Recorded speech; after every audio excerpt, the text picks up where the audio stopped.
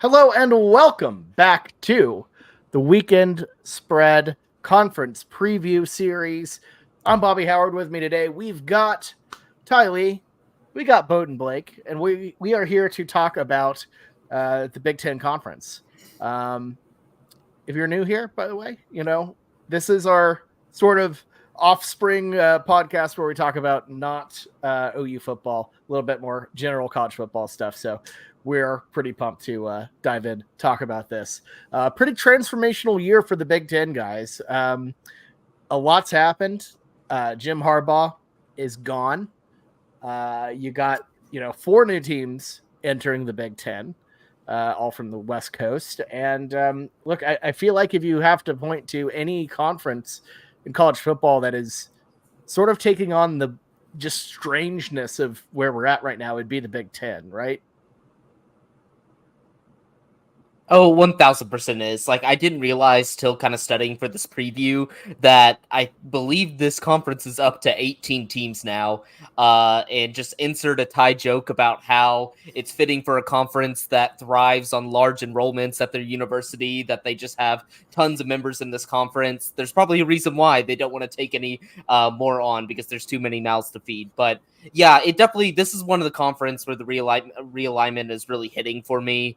Like the Big 12, maybe not as much, just because the states still kind of connect, and some of maybe the semblance of, West Virginia, Florida don't connect, but at least culturally kind of fit.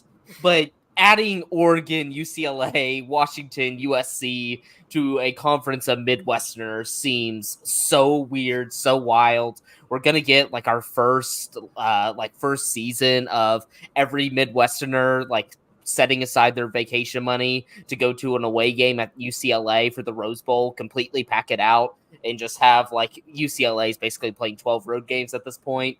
So it's going to feel weird. This conference is definitely going to feel weird, similar to the ACC when you're spanning across both coasts, and there's about 4 teams here that don't seem like they really fit at all. Ty, your thoughts? Look, it used to be called the Big Ten. Now it should be called the Big Two, because there's too many teams. They just keep adding and adding teams, and frankly, I'm sick of it. These teams are coming in illegally. They're ruining the conference, and someone needs to do something about this because it's out of hand. That's a pretty funny cadence you spoke with. Never heard it before. Super unique. That was great. But I agree. I agree. It's gotten out of hand, and with more realignment news on the way about Clemson, Florida State, I do agree. I hope we keep this where it is at for a little longer.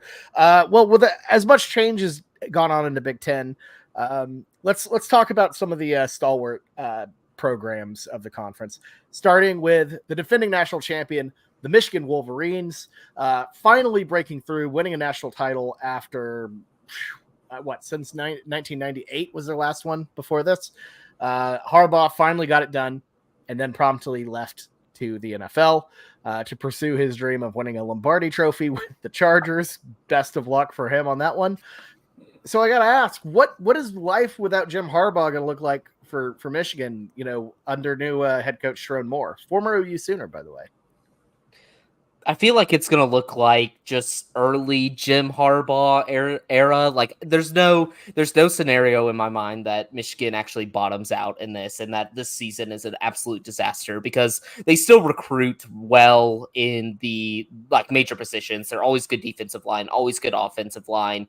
But I just feel like they won't have those same, those Blake Corums, maybe some of those other guys that are really big difference makers that sit them over the edge.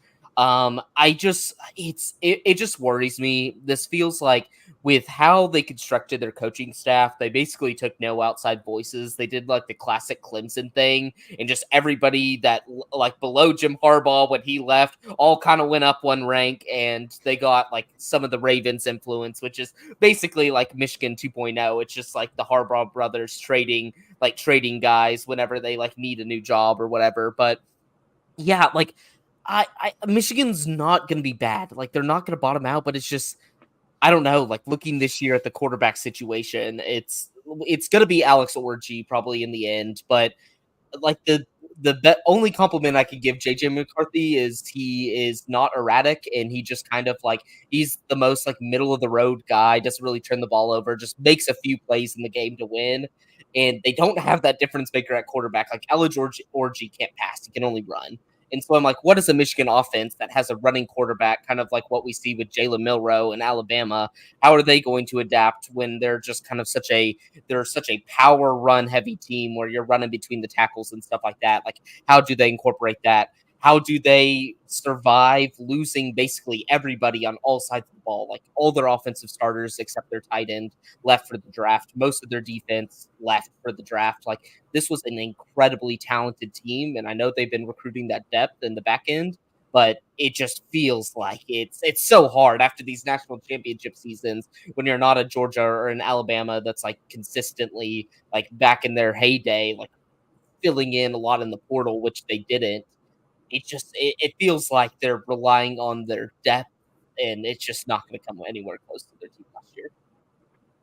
Ty? Yeah, Blake said a couple things really that jump out to me. First, because it just kind of is an outlier in the rest of my talking points, but not a tremendous sign, in my opinion, when you hear that an organization is not promoting based on merit. It's just promoting based on, well, he was here. So that, maybe is a little alarming for me. But keep in mind, this past season when Michigan won the national championship, obviously this is taken way out of context here, but Harbaugh missed, 6 games? So they won basically half their season without him. But I concur with Blake that I don't think that we're going to see a massive, massive drop-off here. I think it'll actually be very interesting to watch Michigan and Alabama as they both lose pretty significant coaches, and they're obviously Nick Saban, arguably the greatest ever to it. Harbaugh, not at that level, but it'll be interesting to see how those teams fare because you would predict a pretty massive drop-off in each. But, I think I'm with Blake. I don't see Michigan really dropping off too tremendously, especially when they're such a massive brand. There's such a massive value to the conference, and the conference has so many teams that they can sort of engineer the schedules as they've done for a long time in this conference and make sure that their key people are never really suffering too bad. At this point, I think Michigan it's like an aging sort of predator, and it might not be the biggest predator in the conference anymore. Maybe it's an aging wolf. Ohio State is maybe the grizzly bear in this situation, but they're surrounded by deer and raccoons and everything else in this conference. And yeah, maybe the wolf has lost a step or two, but it's not going to suffer to, the chipmunks that are Penn State in their conference. So I think, Michigan, obviously we're not going to see an increase in production, but it'll be interesting to watch. I feel like, to me, the thing with Michigan, I like them as a program long-term. I think Sharon Moore, will do a solid job of keeping them, on the right track. But this year specifically, 17 starters gone.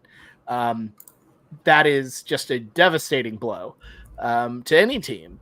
And what made last year's Michigan team so special is the continuity, the buy-in from a class that had been horrible in the COVID year to Harbaugh almost getting fired there, going through everything they went through to getting close like the year before, missing out by losing to TCU, a very worthy TCU team, I might add, legitimately worthy.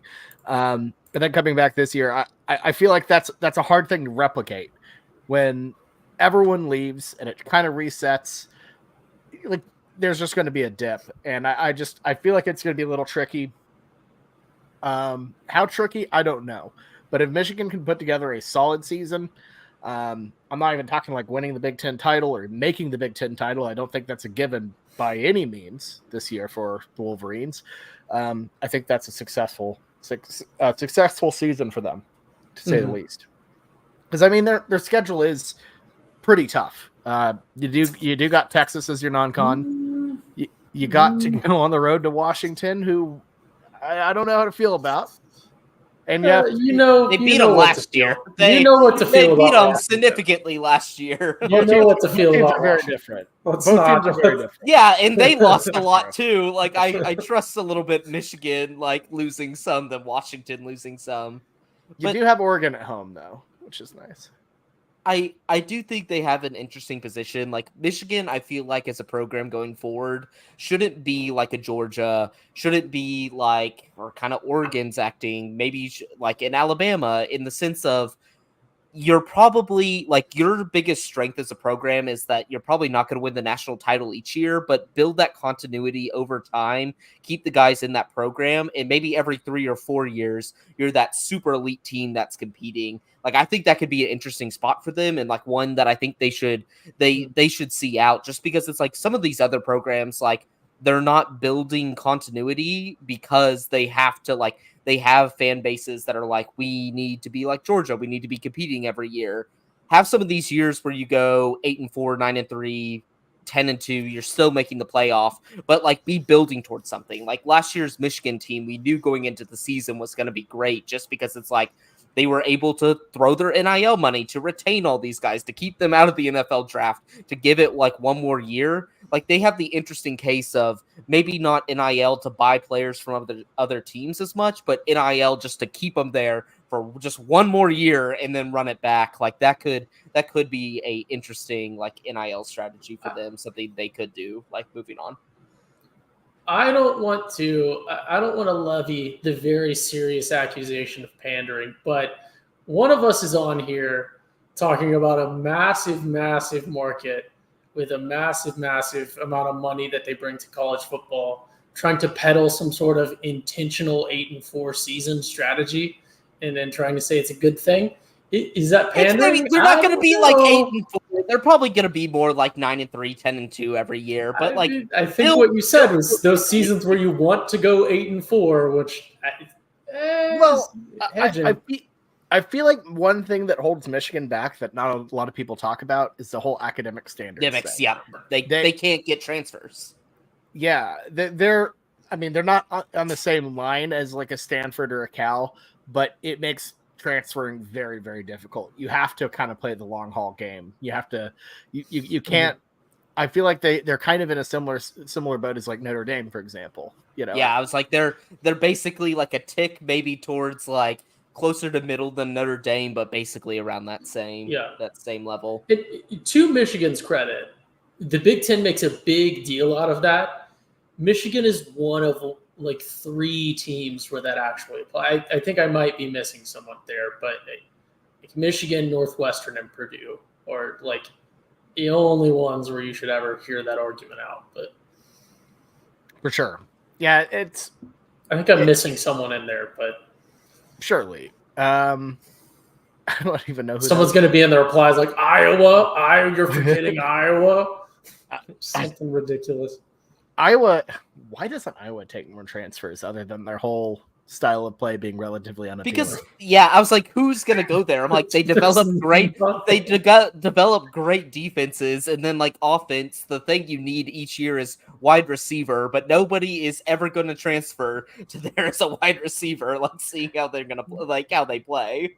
Well, hell, Caden Proctor transferred there and then immediately transferred back like a month later. So that is wild because I'm like offensive line, like if you're not at Bama, like Iowa is just a steady, just NFL producer on like the line, the tight end position. Like that's really not like a unsafe bet. Like I wouldn't have done that move, but not an unsafe bet. But yeah, that was a weird saga. I don't know what to take from that. I don't know. Like very, very strange saga, to say the least. Well, let's flip to the exact opposite of this scenario. A team that has no issues with transfers and is the arch rival to the Michigan Wolverines, the Ohio State Buckeyes. Now, look, this has been a very interesting time for Ohio State because overall they've been really damn good. They win a lot of games.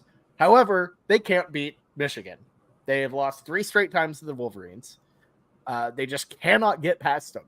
Despite the fact that across the board, they're pretty damn good, they just can't win. They can't beat Michigan. So now Harbaugh's gone. That seems to be the Big Ten is kind of flipped on its head. And Ryan Day had a transfer class for the absolute ages this offseason. So, Blake, I got to ask, can Ryan Day win it all? Is he the guy at Ohio State, or do you think he just can't get it done in big games?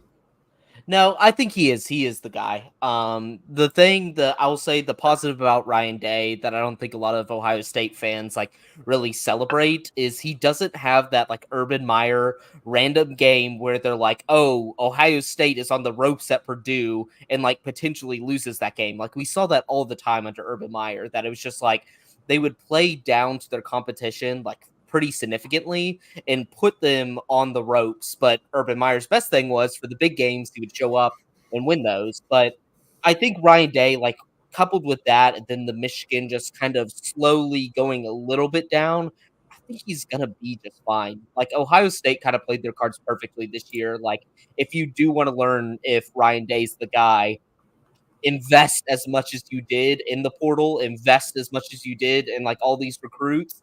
And if he can't get you to a national title game, like he is done there. Like it's a very clear case. It's you've given him everything you've ever wanted, and he has like both Ohio State like legends, Urban Meyer, Jim Tressel have both come out and said this is the most talented Ohio State roster they have ever seen. Like they really have no weak points, maybe besides quarterback, and that's more of a personal opinion, but they really have no weak spots across this roster. And so they've set themselves up in a perfect situation where it's kind of a national title appearance or bust, and it's also like win the Michigan game or bust. But this team is set up like so well compared to past Ohio State teams. Like when you when you look at the running back room, you brought in Quinshon Judkins, and like this is just more of like a embarrassment of the riches because you already got Travion Henderson back for another year. So you basically have like probably two of the top 5 or 6 running backs on your roster. You have one of the best wide receiver rooms. You consistently recruit like all the 5 stars outside of high school. And then you brought in Jim Knowles a few years ago, which I feel like the Schooner Pod was very, very much on this, being like Jim Knowles at OSU made their defense great.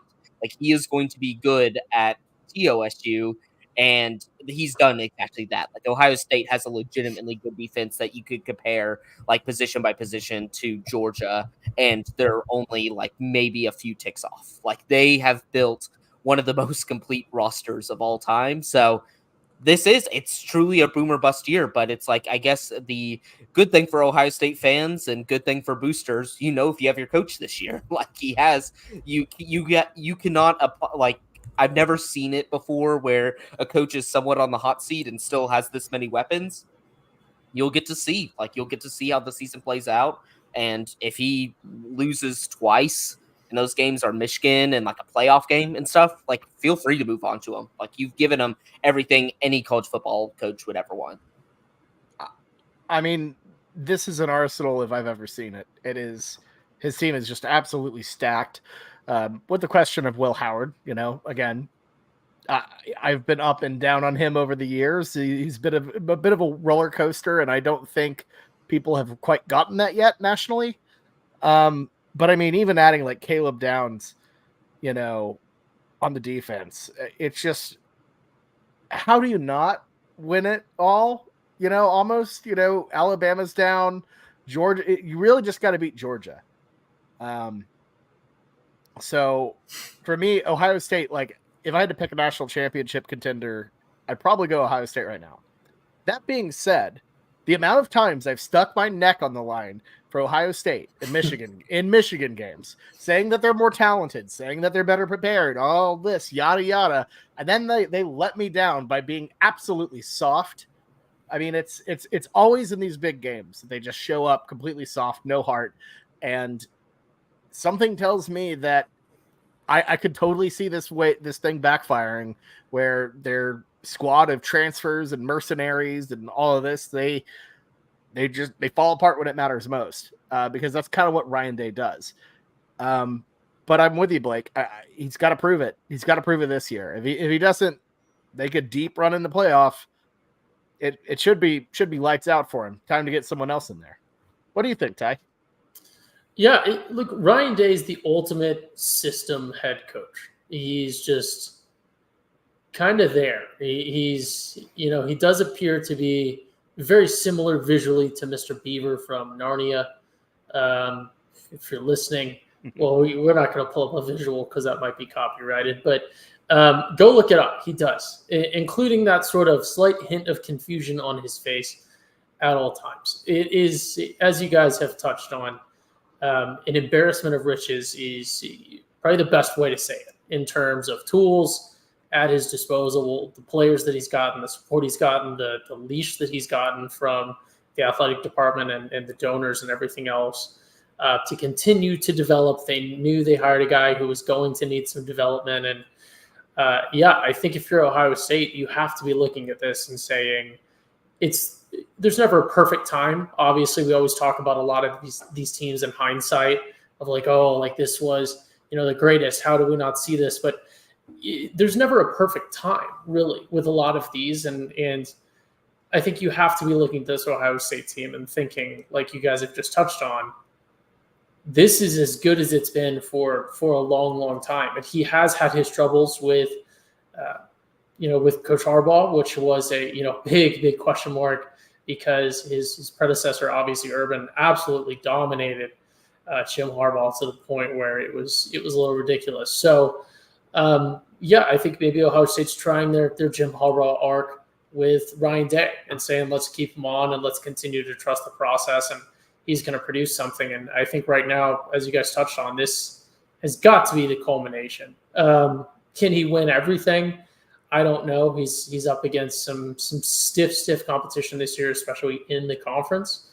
Some teams that they have to play in the regular season. So this will certainly be a very, very fun team to watch. I think they're going to produce several college game days, if that's a metric that you respect at this point. And I think they're going to produce several very, very entertaining, highly viewed games. For sure. I think it's going – go ahead, Blake. Oh, and the one thing we haven't touched on too, they got Chip Kelly.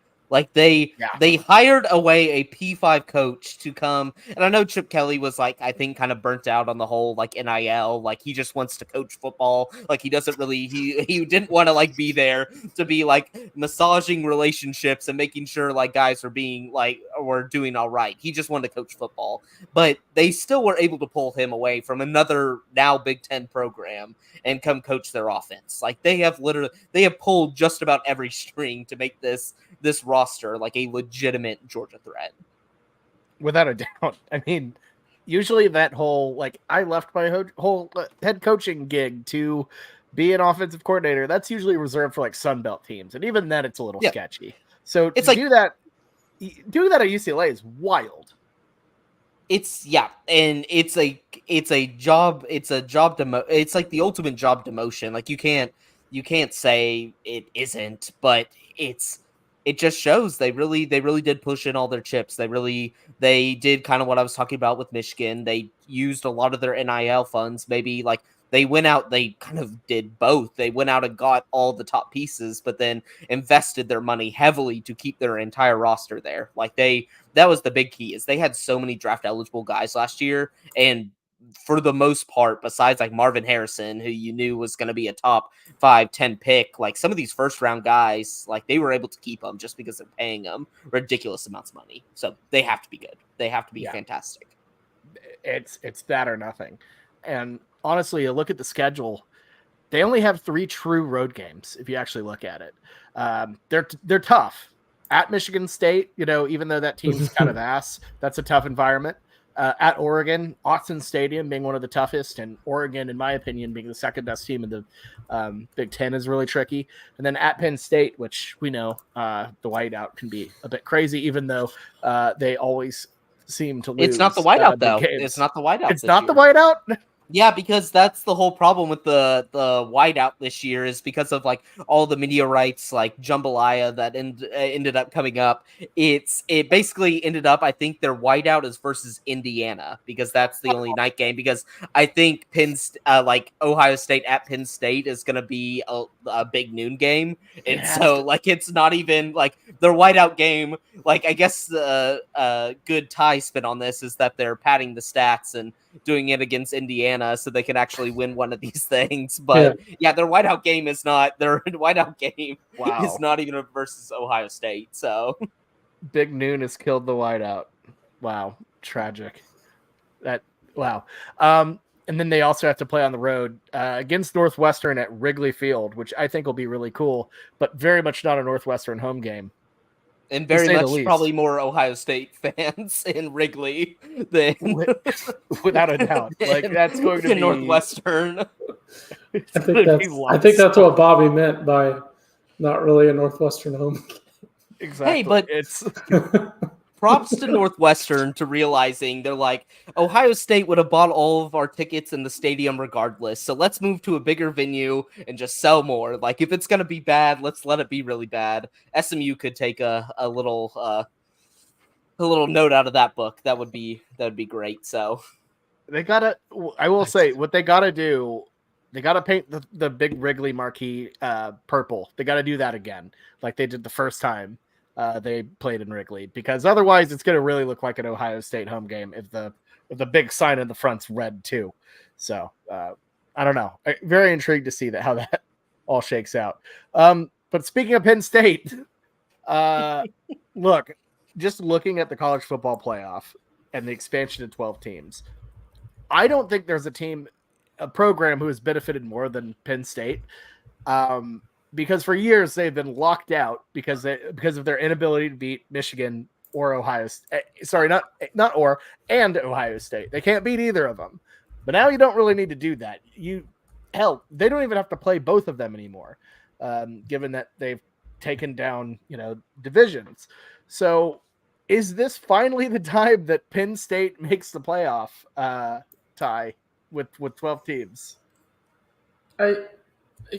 Probably. I don't understand where this all of a sudden Penn State was like finally starting to learn their place. And I don't know if it's from this video game that came out or what, but it's like in the past year, everyone has lost their minds and they just have come up with this wild conspiracy theory that Penn State is, some people are saying blue blood, which is absurd because they have fewer conference championships than like most of the blue bloods. All of the blue bloods actually have national championships. And let's not even get started about their national championship record or their win percentage at home, all of which are atrocious. It is absolutely absurd. It's just democracy. Penn State will they pioneered like letting everyone in. They did like the University of Phoenix or like the Central Florida thing, except they just started doing it like in the 50s. So they have literally almost 1 million living alumni. It's absurd. And it's just democracy. They just scream about how good they are all the time. And I guess by via popular vote, we've decided that they're somehow a relevant team. They're the only team that makes like A&M and Tennessee look like, okay, they're actually legitimate blue bloods. So I don't know. It is funny to me that they're so poverty tier that they can't even get their precious, we lose to a good team, but we all wear white and we're really loud for the first snap before we're embarrassed on TV game to be their best game. And it's doubly funny that it's not really even Ohio State's coolest venue or their toughest road game, as much as Penn State fans will try to claim that it is. It's just, I don't know. They probably make the playoff because the committee is so unbelievably biased, and now they sit on a side of the conference where they don't have to face some of the real powerhouses. So it's just it's absolutely disgusting to me. I got to do the classic schedule analysis here. It's just I cannot, like, they're just getting spoon fed. They get to embarrass West Virginia. They play Bowling Green in football, I guess, even though bowling is in the name. They play Kent State. They play Illinois. They play UCLA, who is garbage but has like a name recognition. They play USC, who's garbage but has name recognition. They play Wisconsin, who never bet on Wisconsin after September. They always start out super like undefeated in their first 4 games, like everyone else, but for whatever reason they get hyped. They're going to get embarrassed by Ohio State. They're going to stomp Washington, and people are going to point to Washington last year. They're going to, beat Purdue. They're going to beat Fletcoin, Minnesota. They're going to beat Maryland, and they will have lost to the only competent team that they faced, but they'll just beat up on a bunch of like garbage teams that have just purchased these old logos essentially of the past. It's disgusting. I mean, I think your popular vote point is a pretty apt one. I think you're spot on, especially with how people. You're fine. How people, really, how people really look at Penn State. It's all just because there are way too many people like yelling about how good they are, and they have a big Northeast base, but really, like, the tradition's not there, and I don't understand the hype for just being good at beating the rest of the Big Ten. Outside of Ohio State and Michigan. I really don't think it's that deep of a league. I think the defense is solid. Offense, not very good at all. Drew Aller, I think, solid quarterback. Interested to see how they do there. Obviously retooling the offense a bit, but overall, I don't really see the hype here. Because I think they have some tricky games. Like West Virginia, not perfect, but Neil Brown, as we know, can really sneak up and bite you, especially in Morgantown. USC, I think they're going to win that one, but very long road trip, very tricky there. Neutral site game, pretty much neutral, yeah. And I know the whole public park thing, but Wisconsin, who knows where Luke Fickell has that team there. And then, the rest is the rest. You never know with Fletcoin either. So I don't know. I don't think the playoff is a lock.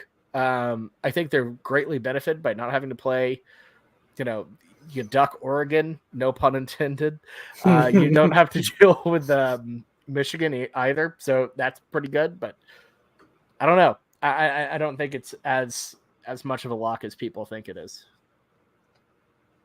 I do agree with that. Like, I think the schedule is a little bit trickier than like people think, but I think like Ty kind of just hit the hammer on the head with they're schedule merchants. That's what I've always said. They're schedule merchants. They've benefited from the fact that they just feast on these kind of lower. They're better than the rest of the Big Ten, but they're not elite, and they just kind of feast on that. So I'm like, if you're gonna take an analogy to politics, like, they are spending tons of lobbying dollars each year to get this playoff expanded.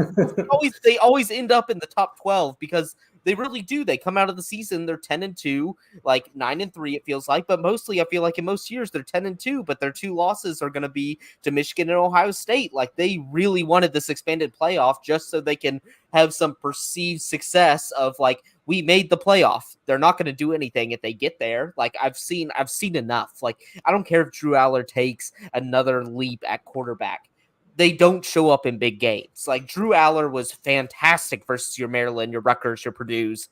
He looked scared back there. He was getting sacked all over the place. He was throwing interceptions and can't move the ball downfield. They don't have a wide receiver room that's all too good. Like, they took a guy from Ohio State, but if a wide receiver is leaving Ohio State, he's not good. I don't believe he's good. Like, that's, if you want to make it to the league as a wide receiver, you stay at Ohio State. We see year for year, 2-3 guys from there are always getting drafted to the NFL, regardless if you've even shown Marvin Harrison has caught everything. But if you're the second or third guy in the roster, they just assume you're good just because they're feeding the other guys. This Penn State just frustrates me because they will be there. They will be there a lot in the 12-team playoff.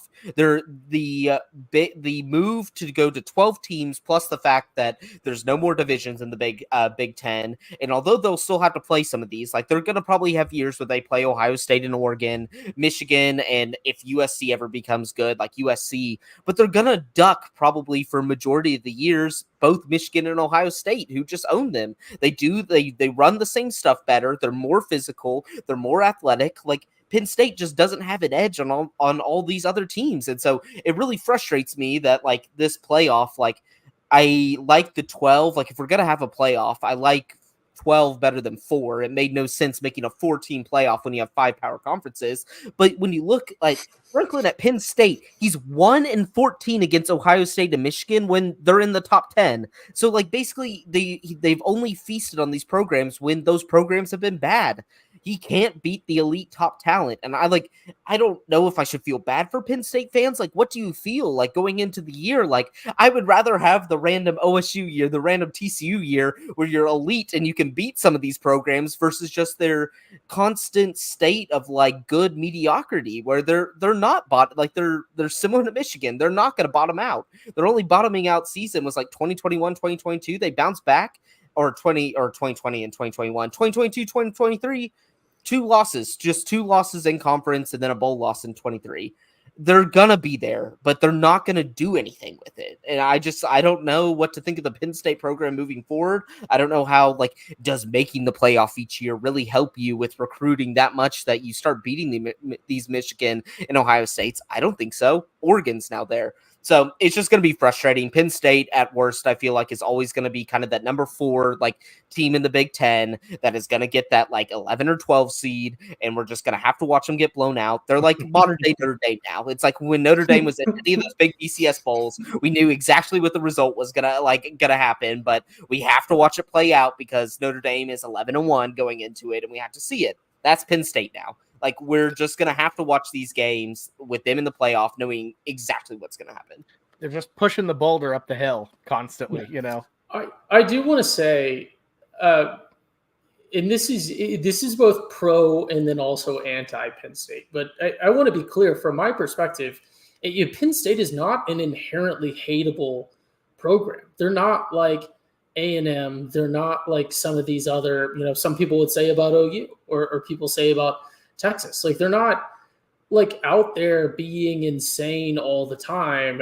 They're not they have neat traditions. They've sort of bootstrapped a lot of them. They had a long time where they didn't really have a lot of stuff. The whiteout game is a fairly new invention by college football standards. They've really made a big effort to have a very engaged, active fan base, but it's just at some point you have to stop playing along with the delusion.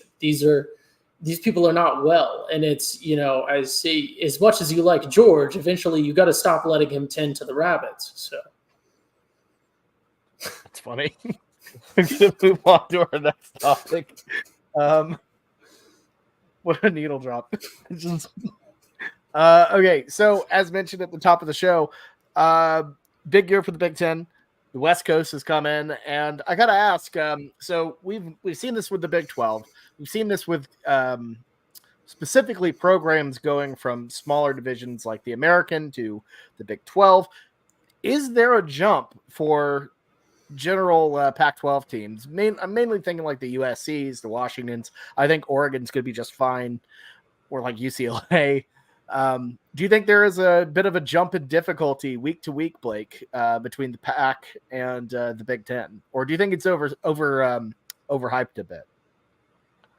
Overhyped in the sense, I think a lot of these programs, they will get the benefit of, where I feel like there was a little bit more feisty, Pac-12 teams that run interesting offensive schemes, have some game breakers, some speed, can really, open up a game just based on offense, or there wasn't really as many elite defenses there. I feel like most of these programs are, when you look at most of their schedule, you're going against Purdue. Purdue can be physical, but you're gonna probably beat Purdue. They don't have the athletes to be able to run with you in some of these West Coast style offenses where you're really gonna spread it out. It's some of these programs that we've seen, I wouldn't even go to Iowa, but Purdue, Maryland, Wisconsin, some of those that are just kind of floating around there. I probably feasted on the fact that a lot of these teams don't have game breaking offenses that they're trying to run. They're trying to throw the ball all over the field. They're going to play pretty standard, only 2 out wide,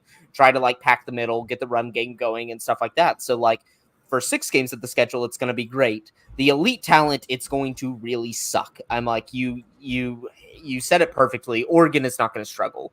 Oregon has the NIL budget now, and like the coaches, like Dan Lanning has done a perfect job there. They recruit like a Georgia. They see themselves as an SEC program, and like kind of similar to how Ohio State does it, and they recruit like that as such. Like they build the lines of scrimmage. They have athletes that you can go 4 or 5 wide, even with all those like good like linemen. Like they're not concerned about, oh, we need to play complementary style of football because like our defense is going to be gassed. They just recruit dudes on both sides of the ball. Oregon's going to be just fine. Like as long as Dan Lanning there, as long as Phil Knight's still alive and pumping in money in there, they're going to get good transfers. They're going to get good recruiting classes. They're going to be at the top. But when you look at the next one with USC kind of being like the next of like the top tier that's coming in, scared for them. Like I'm terrified for them. It's USC. Like we've seen the defensive struggles over the last 2 years, but even if they're able to replace that and become at least like league average at defense with their new D coordinator hire, like the most elite USC team we've seen in a while was that first year with Lincoln Riley, and they went 11-1. And like, who's the team they were always struggling with? It was Utah. Like Utah plays very much like a Big Ten program out west. They're really physical. They don't like necessarily recruit the highest athletes, but they have good development programs, like similar to like in Iowa, that can breed these guys that are actually pretty decent and like can hit you in the mouth. I'm scared for those types of teams. Like I'm scared for USC. I'm scared for Washington a little bit with that. Washington, I guess a little bit higher on, just because I guess like the expectations aren't there that they're like trying to win the Big Ten each year. It's more about fielding a competitive team. But USC, I don't think is going to deal with the physicality well unless they can change their entire mentality, because they can't recruit well on defense. They can't get those big guys. Like that's been like the funniest part. It's like as people have gotten healthier over in California and their quality of life has gotten better, you know what that means? There's no offensive or defensive linemen really coming out of the state of California because they're skinny and they're like, oh, I'm skinny, tall, and athletic. Basketball is a better thing. Like not just being a big 350 pounder. Be like, let's put you on the defensive line. They don't have any of those recruits anymore. And UCLA just throw them just to top it all off with talking about the 4 new joiners. They're going the way of Cal and Stanford. They don't want to spend money on football. Like if they wanted to spend money on football, they still wouldn't be playing in the Rose Bowl. So they just don't. I feel like they want to be somewhat competitive, but yeah, they're just not getting the guys. They're going to be probably like 6-6, 7-5 each year. It's gonna be a wake up call for some of these programs. Well, I think for UCLA, like last offseason was just so much of a dagger in the heart. You know, your defensive coordinator goes to USC for the same position. You lose Chip Kelly to your head coach, former, NFL head coach, all of that, head of program. You lose him to Ohio State. So to be the offensive coordinator, as we mentioned earlier. So UCLA, brutal. That's why they're not on the graphic. And no, I agree. A lot of the flash and dash programs, you're running into a bunch of tiny Utahs every week. And then in some cases, actual Utahs, like that are of that quality. But it'll be a quite a shift, to say the least. What do you think, Ty? Yeah, first, very unfortunately, I fumbled the of mice and men reference. Penn State was supposed to be Lenny in that analogy. A quick editor's note there. So wait. So Penn State as a whole is Lenny, and George. Oh, okay. So who's George? Well, I guess if we're gonna dig really deep into the analogy, George. Ohio State and Michigan or George. I was thinking we could go one of two ways with this. The rabbit is the rest of the Big Ten. George is Ohio State and Michigan, and Lenny is Penn State. That wasn't even on my mind when I originally came up with that, and that's an unbelievably perfect analogy. You nailed it. That has to be up there with probably one of your best analogies ever. Oh my goodness. Right there. Okay. Well, so one thing, back on topic though, one thing I do like to point out is there's always that coming into a conference bump because you're new, everyone doesn't have the tape on you and everything else. But when you're in a conference and teams are just being added, it's still business as usual versus when you're going somewhere completely new, it's all new all the time. And yes, there is a challenge of you make that argument of, oh, like they don't have game film on you, but you don't have game film on basically your entire schedule. But at the same time, I feel like there's just not complacency, but it's so different, even at the very micro level with each individual person.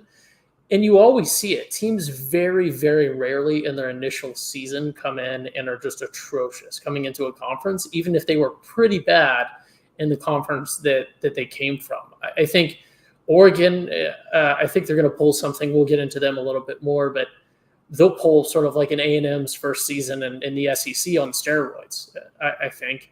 And I think a lot of people, I'm a bit of an Oregon homer, but I think a lot of people would agree with that. USC, did you have something, Bobby? No, you go for it. Okay, yeah.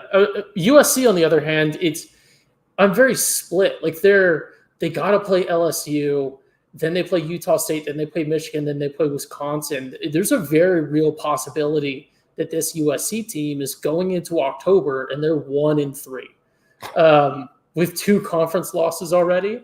And then, Utah State would be just the funniest thing in the world if they lost to just anyone from Utah that they played. So them being 0-4, but I think that USC has tremendous potential. And I really do believe in Lincoln Riley to this extent that I don't think they're going to come through and just dominate their schedule. But I think that every single person they play really has to be cognizant, even of I guess they're a rebuild team this year. I don't even know what spin USC is trying to put on this, if they even have any fans at this point. But I think, Penn State, all joking aside, I think Penn State really has to worry about this game. Washington, I think USC will take care of them pretty handily. And but I just feel like USC could be the ultimate spoiler maker for, I guess, Penn State specifically, because they really don't play anyone else of any consequence. But I'm not as down on USC in particular as some people, because I think they're just going to get that bump. Lincoln Riley does do novel things very, very well.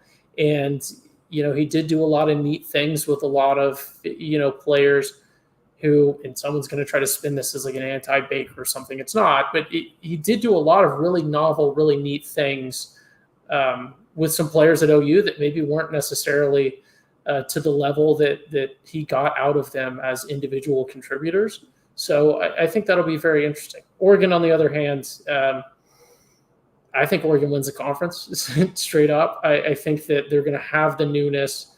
They have a very nice schedule for it.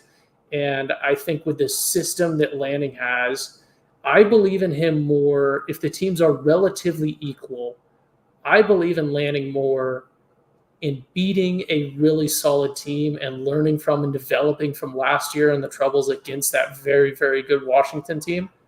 I think if it's, Lanning versus Ryan Day in a big game, I believe that Lanning's going to get the most out of his guys and is going to make the better decisions, especially when, Ryan Day has consistently not necessarily performed in those kind of games.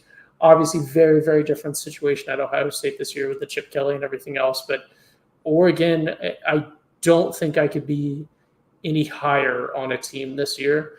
Also, part of that is because I've always been a big, they were really, really neat when I was first getting into college football. And so I've always had a soft spot for Oregon. And this is just the best year that Oregon's had lining up in a long, long, long time. So maybe there is a bit of a homerism there. No, for sure. And I think we definitely should shift our conversation towards the Ducks. And I think there's a lot of good reason for that optimism. I mean, they've had a couple brutal losses, but I mean, it was to Washington, the national runner-up. And both of those losses were just crazy narrow, crazy good games. It wasn't like they got blown out. I mean, they were a Pac-12 championship away from making the playoff. They were just narrowly close. I mean, what they lost by 3 twice, like within a field goal. That's just borderline snake bit. Obviously, you lose Bo Nix here, replace him with Dylan Gabriel, but there's a lot more to this Oregon team as well. They're restocked, reloaded. And keep in mind, Dan Lanning, he's entering his 3rd year as head coach. Mm-hmm. Like, he's done a lot, just as a 3rd-year head coach. I feel like this Oregon team is really, really well set up to make a run here, not only in the Big Ten, but in the national championship conversation as well. And what's like so impressive, like really about what Lanning has done there, it's like the recruiting and the transfer portal and stuff like that, like definitely needs to be highlighted. But they've lost coordinators and he finds good guys to replace them. It's like when Dillingham went over to ASU, like he identified that the UTSA, like offensive coordinator, they had been running like an electric hot offensive scheme, brought him in, and they've been better because of it. It's like he has that good, it's so rare. It's like Nick Saban is really one of the only ones I've really seen with it that just like can identify good coordinators outside your system and really bring them in. And it's like Nick Saban obviously had to do it in the most extreme level where it's like every single year your offensive and defensive coordinator, if you were good, were automatically leaving for some other job. But he seems to have like that like he has a really good control over what that program is. Like he's building an SEC program out there, and like one that it can take some of those hits and fluctuations of guys that leave. It's like the best way to look at it is Bo Nix. Like I don't know what y'all think, but I think Bo Nix was kind of the same guy throughout college football. Like I don't think he really developed all too much, but they ran an offensive system that got him high completion percentage, just guys going across the middle and letting the receivers doing the work. I think that's why it's so genius for them to bring in Dylan Gabriel. It's just like they know they have a system there where it's not reliant on elite quarterback play to take them to the next level. If he could play league average, league above average, and just hit the guys that are open, like crossing like the field at 7-8 yards, they're going to do pretty well. Like it's not as much of a concern there for me that it's like you have to do an evaluation whether Dylan Gabriel or Bo Nix is better. Like if anything, Dylan Gabriel's maybe even better than Bo Nix, but it's just they have a good system there that can tame these guys that even when you lose a quarterback that is considered like statistically one of the best in your program history, which is wild to say about Bo Nix, you feel just fine about him. Like I don't feel like there's any drop off this year. It doesn't feel like you're getting 80% of that at the quarterback position. Agreed. Not just in terms of production, but I also feel like it, like you just said, in terms of style, like that's going to be very, very helpful. I think that they can definitely cater to what makes Dylan Gabriel a good player. And I think, personally, Ty, we don't need to throw down on the preseason podcast about what we think about Dylan Gabriel here. But I think he's a damn good quarterback, and I think the system, I'll say it, I think it suits him better than it did at OU. Just given what's around him, and he doesn't have to try to win games. He doesn't have to be the big playmaker that is like putting the team on his back. He could just kind of sit back, relax, and just like allow the system to just play out and just hit those guys. Just it's watching Oregon football. It's a beautiful game to watch just because it's like they don't really have to take shots 30, 40 yards down the game to win. It's just 10-yard, 15-yard chunks just because they play like they do such a good job play calling. Yeah, which is like the worst thing about Bo Nix. They cut out a lot of the bad parts of Bo Nix is him just trying to do too much. But Ty, any final thoughts on the Ducks before we move on? Yeah, look, all joking and bits aside about Dylan Gabriel, right? We need to acknowledge it's just a statistical fact that no OU starting quarterback has had a worse record than he had in, what was it, like 50, 60 years or something, right? That being said, Bo Nix was not good. Bo Nix was like, if DJU had like good PR, is who Bo Nix is. He was not like, you will never go watch like his tape just objectively and be like, that dude is amazing. He's like, I don't even know who to compare him to because weirdly enough, any comparisons that kind of make sense are a little too absurd. They're a little too, like, he's not Dak. I'm not going to say that. But you talk about the statistics, right? And just stats padding and everything else, maybe similar to Dak's situation last year. But Dylan Gabriel, I think, Bo Nix had a little reputation for being clutch based on like one Auburn game, and then Oregon just came back a couple times against people that they never should have been down against to try to build that reputation. But I think Dylan Gabriel is, I don't want to say an exponential improvement over Bo Nix, but you're talking about multiplying, not adding here.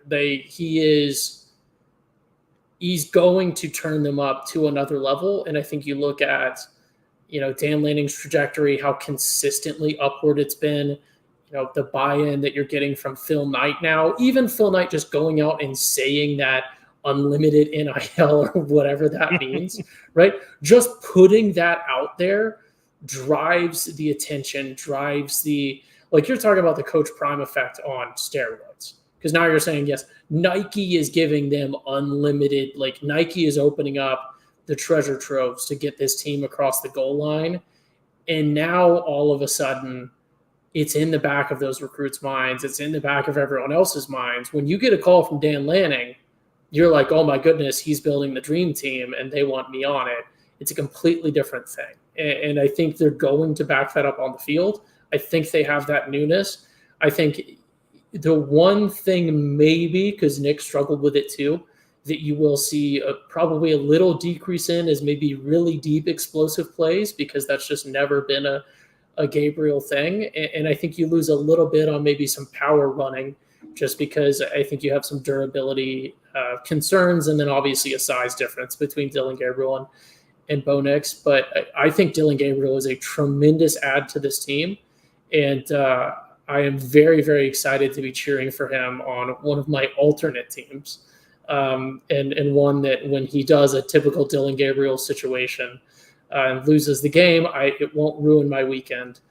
So I'm excited. And I think that this, we could do a whole pod on speculation for this Oregon team, because we're filling it with a lot of calories, a lot of fluff. But I think,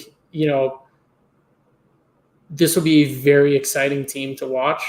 They have a very exciting schedule. They open up basically all of September with just basically sort of a Pac-12 schedule. They play Idaho, then Boise State, then Oregon State, then UCLA. And then they have, the very lucky situation where their toughest game is Ohio State, and they're coming out to Oregon. And then I think, if they clear that one, then you really get the icing on the cake that Oregon gets to go into the Big House against a Michigan team that's taken a step back, but then you can add to that resume, add to that hype, and say, oh, look, they just beat the defending national champions at home. And by the way, it was the Big House. And look at this crowd, and, we'll see what Michigan's looking like at that point in the season. But if you were to engineer a schedule and say, hey, we're going to have to throw the toughest of the tough at them, but let's engineer a schedule to make this team look really good. I don't know if you could have come up with a better one. I would have maybe thrown Notre Dame on there just so you can get a little more name recognition for someone that's easy to stomp. But it's all coming together. It's a really interesting schedule, to say the least, because I feel like, the bad one, you can get into the playoff with 2 losses, for sure. And if you lose 3, both, even 3, I think, you can get into the playoff with 3 of your schedule's good, and Oregon has a good schedule. Do you think we're at the point where Georgia could legitimately forfeit their entire regular season and still get a bid? Oh man, maybe. I don't know. Depends how bad. All the other SEC teams are pretty bad. It's like the whole team is just the whole team has to serve mandatory sentences, so they skip the whole season. But then they let them, they get like a special release or something, and they can go play in the championship. That sounds like something Athens PD would allow for. But all right, let's move on. We're just gonna skip the Nebraska question. Because for time. My favorite part of that is the listeners and viewers don't even need to actually hear what the question is to know what the question is. And they don't need to hear the answer to know what the answer is. Yes, it is what you think it is. And yes, the answer is what you think it is. Yeah, we're going to blow past that and move on to one of our favorite segments. Will Nebraska make a bowl? At this rate, they're going to be making bowls every day at their new job at Chipotle. Oh my God. Okay. Enough said. Moving on to our favorite win totals for the season. I love talking about these. And I'm gonna go ahead and start here. I like this one. I kind of feel bad for picking them because I feel like it's, going with big brands on this one is a little lame. But I like Michigan over 9 wins at plus 115. For me, just taking a look at their schedule, it feels very attainable. I think they do take a step back, yeah, but it's not the most I think they have to lose 2 games for that to be a 2 or 3 for that to be a push, and their schedule is really not much. I feel like Texas at home, that's probably a loss, but I feel like that's a winnable game. And then at Ohio State, the rest is dodgy. I feel like, I don't know. Well, no, because they also have Oregon. So they would have to lose 3 games for that to push. And I feel like they can get a toss-up either with Texas or Oregon. And I think they have enough to cover the rest of the way. So for me, I'm gonna go with Michigan Michigan at over 9, just because I think that's really good value for a team that I don't think will dip that bad. So that's my call. The only thing I worry about is just if we do kind of see the floor of this team, because you do highlight 3 games that I could see being 3 almost near losses. Is you play Texas, and Texas is in kind of one of those situations where, although they're at a similar place as Michigan last year, they didn't really lose as much. They still return a lot of key pieces compared to Michigan. And then you have Oregon and Ohio State on the schedule. It just worries me. The rest of the stuff is pretty soft, but if USC comes out and is a lot better than we think they are, or just the random game happens and they just lose those 3 games that the other teams are just better than them, it worries. It puts me a little bit uneasy, but I do see it. I could easily see a situation where it's just a clear push. You go 1-2 in those 3 big games, and then you lose a random one and it's push. But yeah, when it comes to win totals, it just scares me a little bit when I can see that clear picture of an 8-4 season for them. That's fair. Ty, what did you go with? Obviously, I went with Oregon. To break it down, it's a 10.5, right? That's up there. But with 12 regular season games, even if they lose to Ohio State, this still cashes. I'm not going to try to defend this for someone you need to be betting on this. I just think, again, going back to past performance, obviously always indicative of future success. But if you look at sort of Dan Lanning last year, right, and even the year before at Oregon, they don't drop those shouldn't drop games. It's we talked about it with someone earlier on in the podcast at a coaching level. Maybe it was Urban versus Ryan Day. It's just he doesn't drop those games that you shouldn't drop. He gets his team fired up to go and get the wins. So I really, really like that extra insurance of, hey, even if they lose to Ohio State and then maybe there's some sort of rematch, later on in the postseason, but they still hit that. And I think it's very, very plausible, like we've broken down, especially considering this Michigan squad that they also face. And that's pretty much their only other competent opponent. I do also have a best value one. I don't know if we're saving that for after this or if you want me to spill it right now. Yeah, let it rip. Yeah, Penn State under 9.5. Absolute. And it's not that hard to see how that would happen. It's, we talked about West Virginia could be kind of spooky. It's a little early in the season, being week 1, for me to worry about that. But I feel like USC has tremendous potential. Again, we talked about that Wisconsin, you truly never know. Ohio State, I think that's a guaranteed loss. Washington, I mean, who knows? Minnesota, who knows with Penn State? They always beat up on those teams, but there's just too much potential for anyone to spoil it that I have to go. I mean, that's kind of dependent on that's a loss to, the good team, and then you're betting on 2 upsets, but I like it. I don't mind it. I could see Penn State slipping up a bit this year. So I like that. Blake, what do you got? Yep, I'm going to a tried and true. They were the meme of the college football season last year, but that's the funny part is everybody's making fun of Iowa and how bad they were, how bad the offense was. Brian Ferentz gets fired because he can't even get to 25 points per game. They have the worst Power 5 offense, and they still went 10-2 that year. You're giving me 4 losses on a potential Iowa schedule.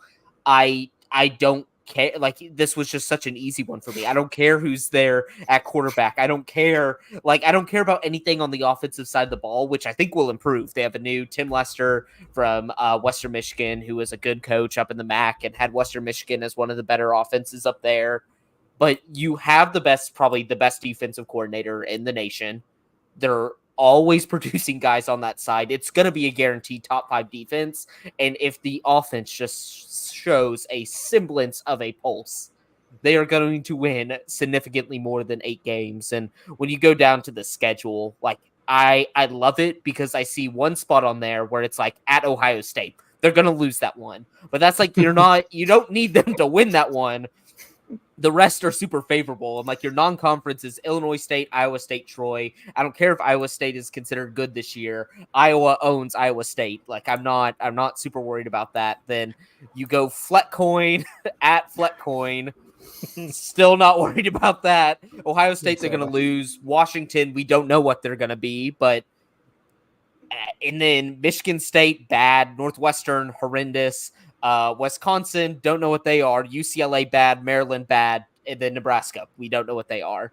There's just too many on there. Like, they win some fluky games that they're not supposed to. They always seem, even when you think they're bad, they're always like 8-4. Like, that's the thing. I'm like, just looking back through their past like few years, it's like 2022, they had a dip and they had 5 losses. But the years before that, it's like last year was 10-2. The year before that was 10-2. Their only non-conference losses were in a bowl game and versus like Michigan in the conference game. They only had 2 losses the COVID year, 3 losses in 2019. Like, this team doesn't bottom out. They don't succeed. They're not gonna, like, I'm not saying they're going to the Big Ten championship or anything like that. They're just solid. Their defense is so good. People sleep on them because they can't move the ball, but they're the one team in America. Like, the most variable thing about football that can really decide seasons is turnovers. And like, some years you generate a lot of turnovers. You're able to score on those. It's great. You see it in the win and loss columns, but then the next year you dip heavily because you can't generate turnovers. They're the one defense in America that in like the last like 10 years are like top 5 in scoring defense. Like, that's insane. Like, that's something you just pop up on every once and again because of some luck. They just know how to do it there. I just don't get it. So you're telling me they have to go 7-5 in order for this to actually be a loser? I don't see it. They're gonna win 8 games at least.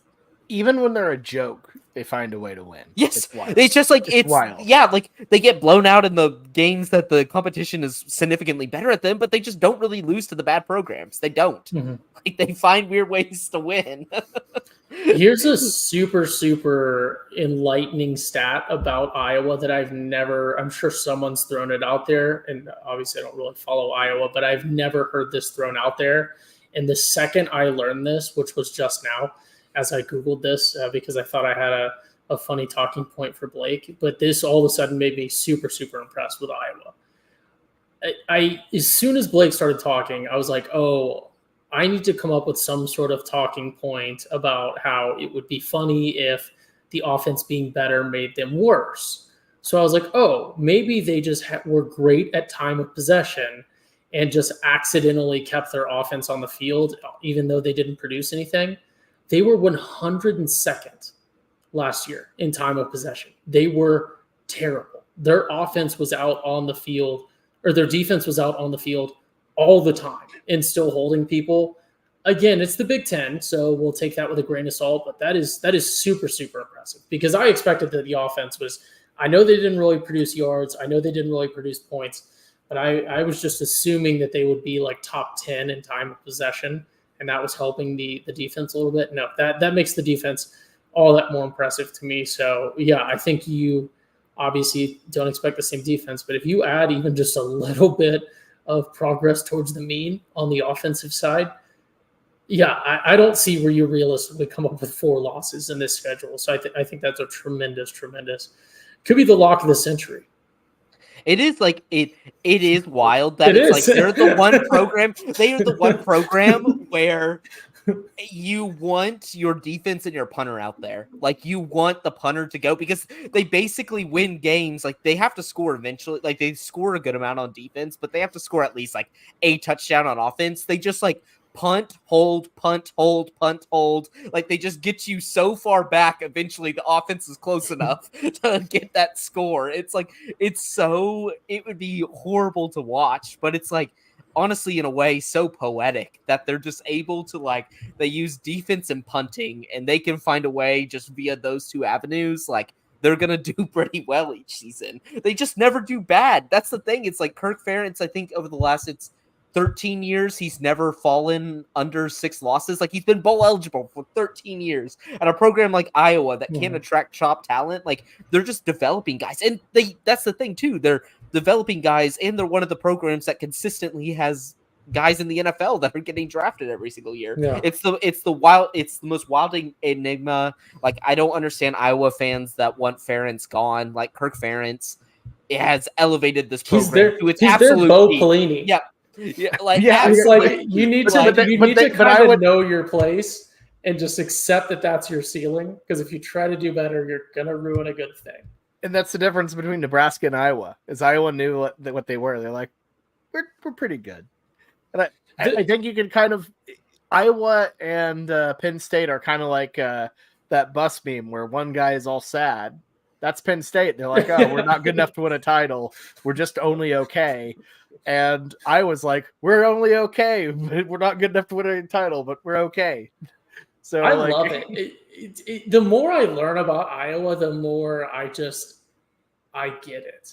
I don't like they're just so likable too. Like the wave, like everything they have going for them, just embarrassing.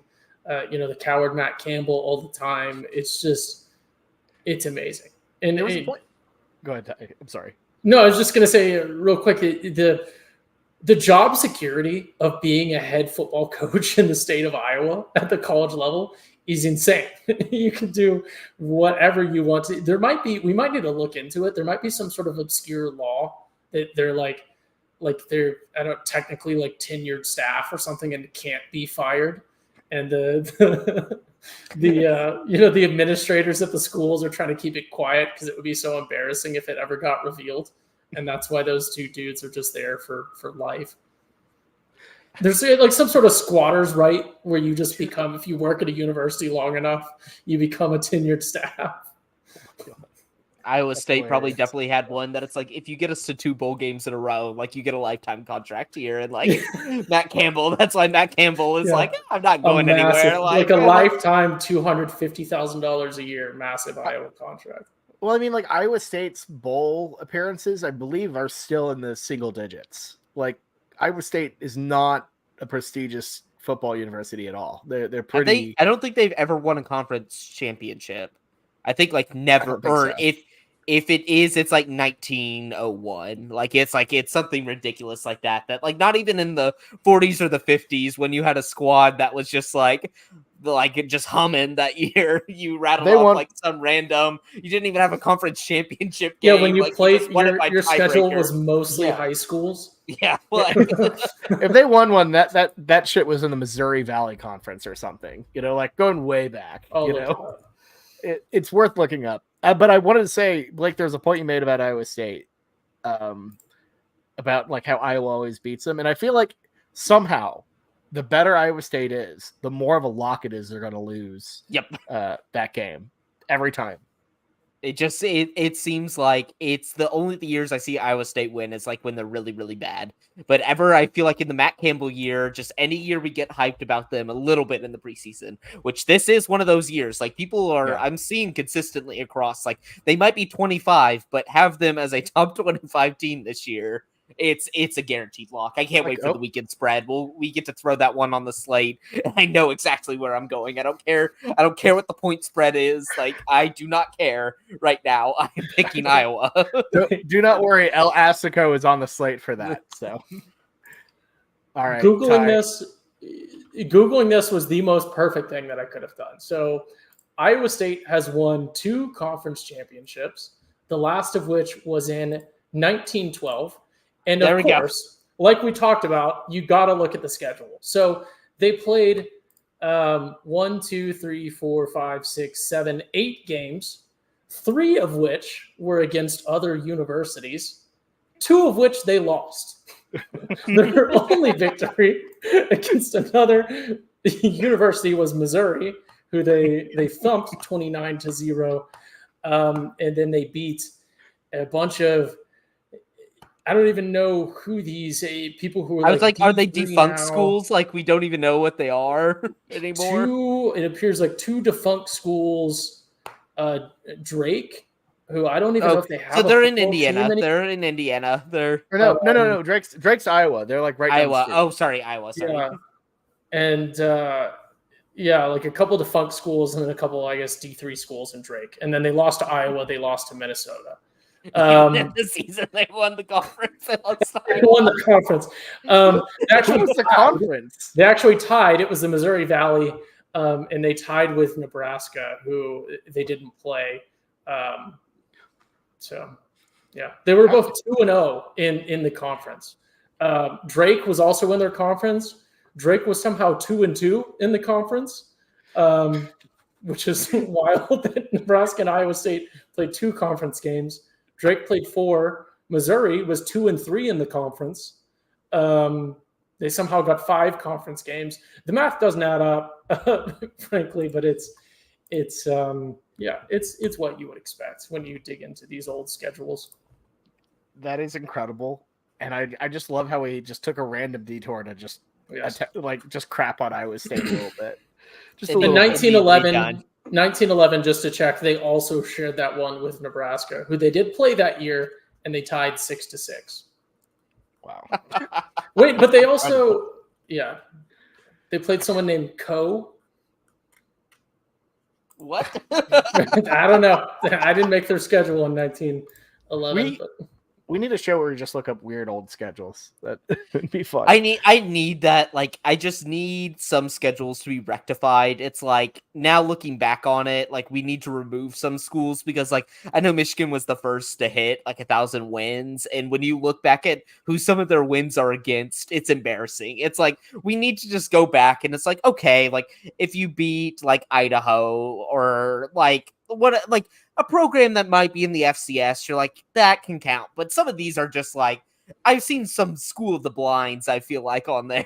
Doesn't Michigan count beating like a Michigan B team or something like that? They beat multiple high schools. Like, they beat multiple high schools. Like, I feel like... To be fair, OU has a couple of high schools on the record if you go that far back. Our first game, we lost to a bunch of firemen. See, that's why, like, can we just go back and rectify it? Like, I will say, we're on a wild tangent now. If you were a true student athlete, imagine a team of like 18, 19, 20-year-olds, like college was very elite back in the day. Just like, imagine like, a stereotypical fraternity IM team. And then they're playing like the all-star team of like every fireman in Oklahoma, and it's tackle football. Like, who would you realistically expect to win that game? I mean, I don't think the fireman loss is that embarrassing. Well, no. If you're talking about like actual student athletes, it's not, because like apparently the game at some point the firemen had to help them out by like sending some of their team over to perform as subs. So I guess I kind of get it, but. This is just ridiculous. Like, this is like the organization of like I Am Basketball, where you show up and it's like, oh, one This of our is, guys yeah. has a test, and we're down to 4 Yeah. players. Like, This we is still where want you to go. play. Can Well, somebody yeah. just toss a penny and like? Yeah, this is where you they go just in want to and- run reps. They don't actually. One team technically loses because they don't have enough people to show up, and then you give them your worst guys. You can play the IM soccer match. Yeah, you there's just actually wanna- there's actually a really good deep dive by a good friend of good friend of mine, Todd Lisenby, who looked at that first team, and it all started in a barber shop. Apparently, some guy was just like, "Let's start up a team," and there you go. OU football is born. Check that out for sure. It's very good stuff. But anyways, we got to finish out this podcast. It's an hour and 20 in, and a good 20 or good 15 minutes were spent talking about Iowa State and random teams, not in the Big Ten. Champions, guys. Who are we feeling for a conference champ? Could either be just straight up. What? Tyke goes, whoa. Is he being for real right now? So no. So it could either be actual conference champ or like a value play. Blake, explain yourself. I knew when Bobby asked for our conference championships that I was a little bit more like middle of the road, or chose the favorite in the ACC with Miami, that I wanted to do like the Big Ten is a conference that it's so easy to read who the champion's going to be. Like this year is probably one of the hardest, where you have two teams that I think can actually compete for it. But even last year when Ohio State was pretty good, I knew Michigan was going to win. Like it just feels like there's no really weird upsets. There's no weird voodoo magic that happens. The same teams that you think are going to end up there. So I was like, I'm going to get no value off of Oregon or Ohio State because everybody is projecting them to make it. So I need to go with somebody with plus 4,000 odds just to throw a little bit on. And so my case for Nebraska is Nebraska similar to Iowa. They have a great defense. They have a great defense every single year. The issues have been coaching and offense. Matt Rule, we've seen in that second year, can take a big jump. Like he did it at Baylor. We have seen it before. So it's not the craziest thing. He did it at Temple. He always has a rough year one, can bounce back year two. The defense I know is going to be great, so I'm not worried about that. The offense I'm definitely a little bit worried about. It's basically like you need Dylan Raiola to start and Dylan Raiola to immediately be great and just be like, oh, this guy is a real one. And that plus the schedule, so like a little bit on the schedule. Their non-con is easy. You got UTEP, Colorado, who I think especially after losing to them last year, Colorado I think is going to be a house of cards this year. And they get them at home. Like I think that game's going to be rocking. Northern Iowa, Illinois bad, Purdue bad, Rutgers bad, Indiana bad. So like there's a scenario where we are at the Ohio State game at the end of October and they could be 7-0. They could be. I'm not saying they will, but they are going to be favored I think in every game leading up to that almost. And then they play Ohio State, probably a loss. And then they play UCLA, they can beat them. Then you just have USC, Wisconsin, Iowa. Those are tough opponents, but if you get 2 of 3 there and you're 10-2 and by some weird tiebreakers, I at least got a hedge position in the conference game with plus 4,000 odds, and I am taking that. So it's a combination of Matt Rule just taking this typical like Matt Rule second year leap, Dylan Raiola having to be like a way better quarterback than we think any freshman like can be. Like we have seen it. Freshmen have stepped up. In that defense just being what they are, and they can take care of business and at least give me something. I'm not saying put the mortgage on this one, but plus 4,000 odds when you kind of know that these two guys' picks are probably going to be the championship game, might as well put something on it. Because if you really want one of these teams, just wait. Don't lock up your money for 12 months. Just put it on it when the game actually happens. If you have a strong lean to one another, because on a neutral site, these teams are going to be about pick 'em. So. I mean, for Nebraska, I'm with you. I actually kind of think they might be 7-0 by the time that, their first part of the schedule is so bad, and it gives them confidence. The back half, man. The back half is hard. The back half is hard. At Ohio State, they're not going to beat them. Yeah, that's an automatic loss. But You do get Wisconsin at home, which I think is the better of that 3 pair, but also Iowa. If you go 2 of 3 there, you're feeling good. I mean, I agree, but 2 losses, like, can you get into the Big Ten with 2 losses? It's Probably. imperfect because I'm not like the odds are just so much better on them compared to like in their same kind of field. It's like Iowa's going to top it, but USC, like I have huge question marks about them. And then like below that, like once you get below like Washington, I kind of know what Washington is. Wisconsin, I don't know what they're gonna be. It's just I feel like I have a better read on this team, so putting down just that long odds to maybe happen, it makes me feel a little bit better. I will say the best bet to make about Nebraska though is apparently there are odds about starting quarterback, and Dylan Raiola is plus odds. So yeah, throw it on Dylan Raiola. I feel like they're going to be start, right.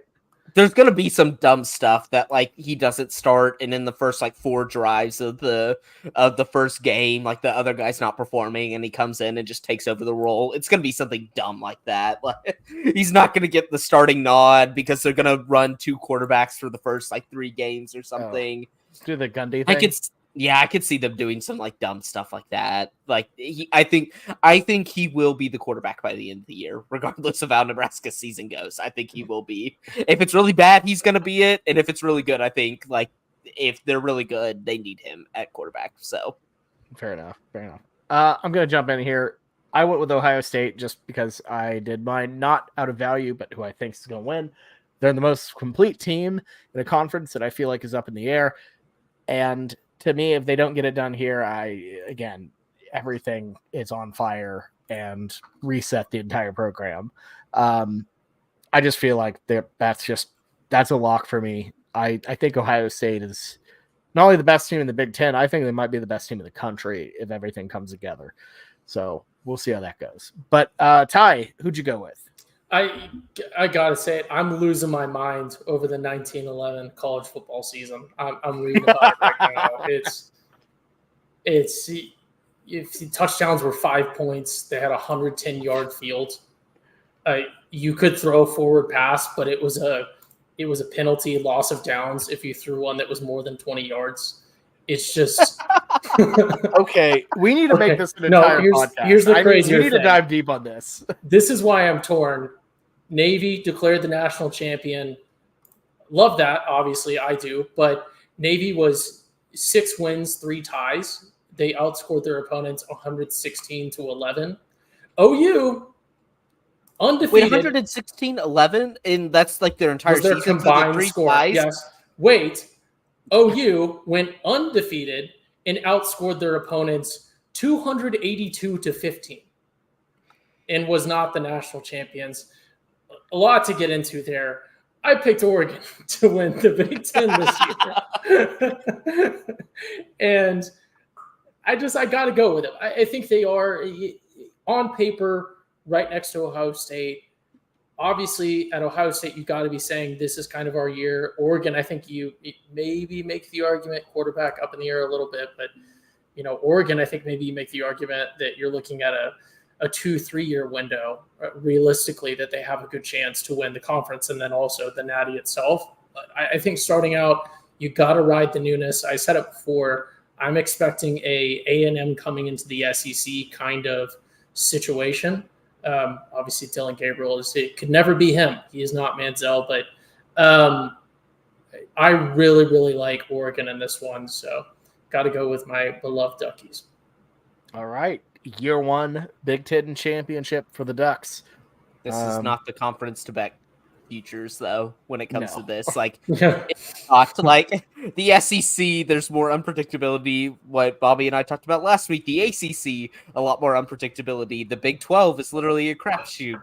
And like the G5 conferences always are unpredictable. This is the worst conference to do futures. Like, don't lock up your money for like plus 120 over 12 weeks. you can make a lot more if you just take that $20 or whatever and actually start betting on games that are happening now than just holding it up there for that long. For sure. This is just for the sake of a show. No, it's sake of it. I'm giving that disclaimer out there that the Big Ten is probably the most boring conference when it comes to determining the actual champion. You know what bet I would love is conference championship participant, and then putting it on Iowa, because it would be remarkably hilarious after all these people be like, they got rid of divisions. We don't have to see Iowa in the championship anymore. And look who's there at the beginning of December, ready to roll. It's the Iowa Hawkeyes. Inevitable. You want to know what the opposite of uninteresting is? Oh no. 1911, the first homecoming game in American sports, apparently. Missouri. Okay, there's so many debates up to this. There were over 1,000 fans in attendance. That's what the Wikipedia page says. Because there's so many. Because I think so. Mizzou claims homecoming. Baylor claims homecoming. OSU claims homecoming. There's so many people that it's like the frozen margarita in Texas. Everybody says they invented it, but really, really, just everybody was doing it all along. Speaking of Iowa, the walking taco on this very podcast. Oh boy. That's gotta be the wildest conspiracy theory I've ever heard in my life. Oh my god. He's like, yeah, Taco Bell was. Didn't you say you always Taco Bell wasn't back to Iowa? Looked up Taco I do Bell, not know how I got either. Taco Bell guy was from Iowa. I don't even know. Because the walking taco is at least ambiguous that we were like, it could be like there's probably not history on the walking taco, but like Taco Bell, they're like the first store was started in Southern California, like on the beach, like so much farther than you just continue because at one point, I think Bobby was trying to defend the assertion that the dad of the guy who founded Taco Bell was from Iowa. I think I had seen one tweet one time where someone was like, "Oh yeah, some Iowa guy tried to claim this was tacos," and I'm like, "Huh." The guy who made Taco Bell's from Iowa, and it committed that as fact. So that's why you fact check your tweets, kids. All right. Well, hey, that's all we have time for today. Thank you all so much for listening to our Big Ten preview. We'll be back next week, Blake, for our Big 12 preview. Got to be excited about that. The Shield, new look Shield. We'll be doing a little bit different there. Our classic top 10 sort of format rather than best odds. So very excited about that. And then after that, we'll preview the SEC. And look, folks, we're getting close to game time. So anyways, for me, Ty, and Boatin Blake, this has been the Weekend Spread. Thank you all so much for watching or listening. We'll see you next time. Good luck out there, everyone.